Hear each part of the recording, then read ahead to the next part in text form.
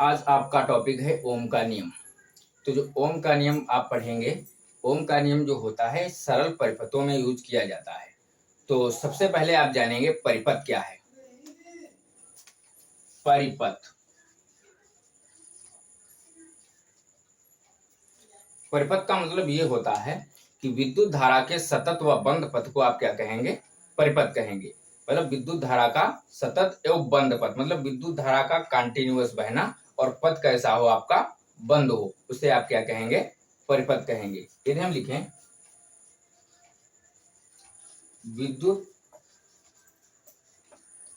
धारा के सतत व बंद पथ को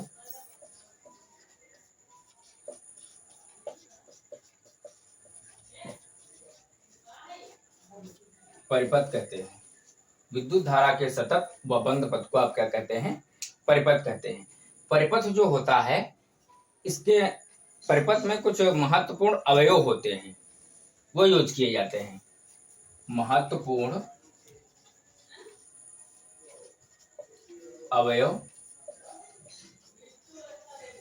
व प्रतीक, जैसे कि मान लीजिए परिपथ में आपका सेल यूज किया जाता है। परिपथ में क्या यूज किया जाता है, सेल। सेल जो यूज किया जाता है परिपथ में, तो सेल का प्रतीक हम इस तरीके से बनाते हैं।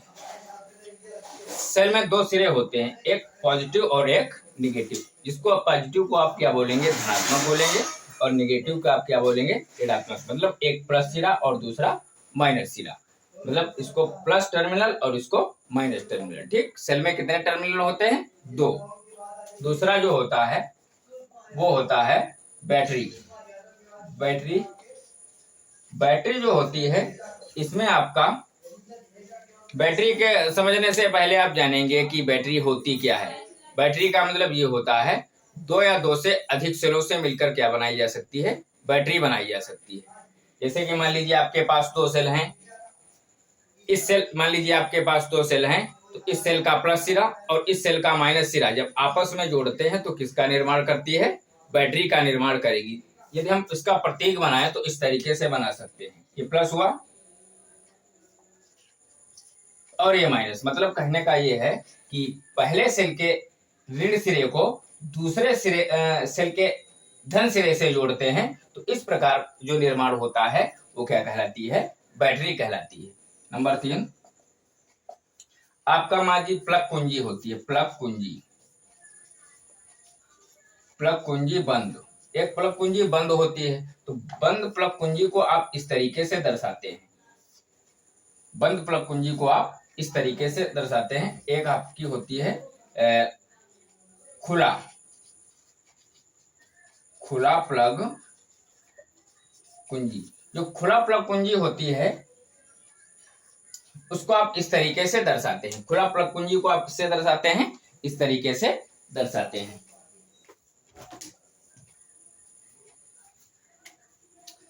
तो जो महत्वपूर्ण अवयव व प्रतीक थे भाई, आपने समझा। ये सेल का हुआ प्रतीक, ये बैटरी का भाई हुआ प्रतीक, ये प्लग कुंजी बंद और ये खुला प्लग कुंजी हुई।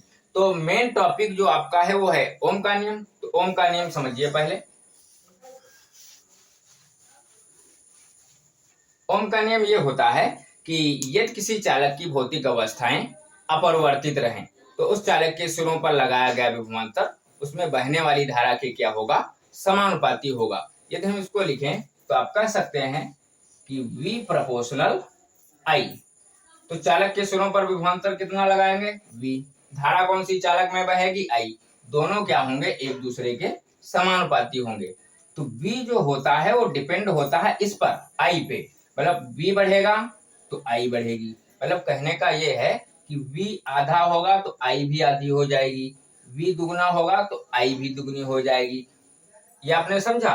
फिर ये प्रोपोर्शनल का निशान भाई जब हम हटाते हैं तो यहाँ पर एक वैल्यू, कांस्टेंट वैल्यू आती है, यहाँ पर इसको मान लेते हैं R। V बराबर हो गया आपका I R।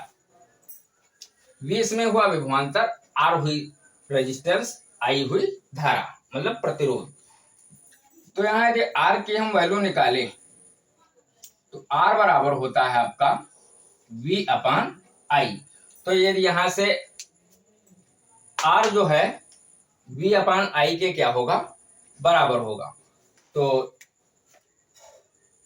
V जो होता है इसका मात्रक जो होता है वो होता है वोल्ट, आई होती है धारा, इसका मात्रक होता है एम्पियर, आर होता है रेजिस्टेंस, इसका मात्रक होता है प्रतिरोध, प्रतिरोध होता है आर, इसका मात्रक होता है ओम। आर देखिए होता क्या है, विद्युत प्रतिरोध होता है आर, इसका कार्य होता है कि धारा के मार्ग में रुकावट पैदा कर देता है या विरोध पैदा कर देता है। ठीक है, धारा के मार्ग में जो रुकावट पैदा करे उसके लिए आप किसका यूज करते हैं, रेजिस्टेंस अथवा प्रतिरोध का यूज करते हैं। तो आज के लिए आपका टॉपिक था ओम का नियम, जो आपने कायदे से समझा है। ठीक है।